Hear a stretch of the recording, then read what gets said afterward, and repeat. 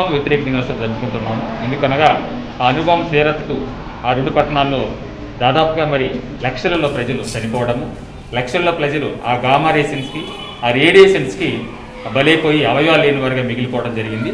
అలాంటి పరిణామాలు ఇంకా జరగకూడదనే ఉద్దేశంతో అణుశక్తిని ఇంధన శక్తిగా మార్చడం కోసం మనము nuclear energy into electrical energy అనే న్యూక్లియర్ రియాక్టర్స్ తయారు చేశారు శాస్త్రవేత్తలు.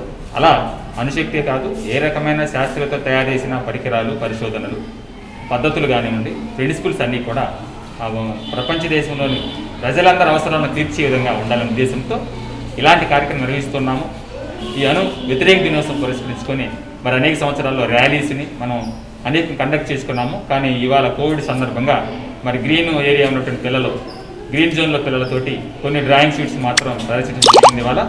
అంతేకాని ఇంకా ఎలాంటి కార్యక్రమాలు నిర్వహించకుండా వ్యతిరేక దినోత్సవాన్ని పురస్కరించుకొని జిల్లా వ్యాప్తంగా జరుగుతున్న ఈ కార్యక్రమాన్ని అందరూ విజయం. హలో ఫ్రెండ్స్, ఈ వీడియో కనుక మీకు నచ్చినట్లయితే లైక్ చేయండి, షేర్ చేయండి, సబ్స్క్రైబ్ చేయడం మర్చిపోకండి. లేటెస్ట్ అప్డేట్స్ కోసం ఇక్కడ కనిపిస్తున్న బెల్ ఐకాన్ ని క్లిక్ చేయండి.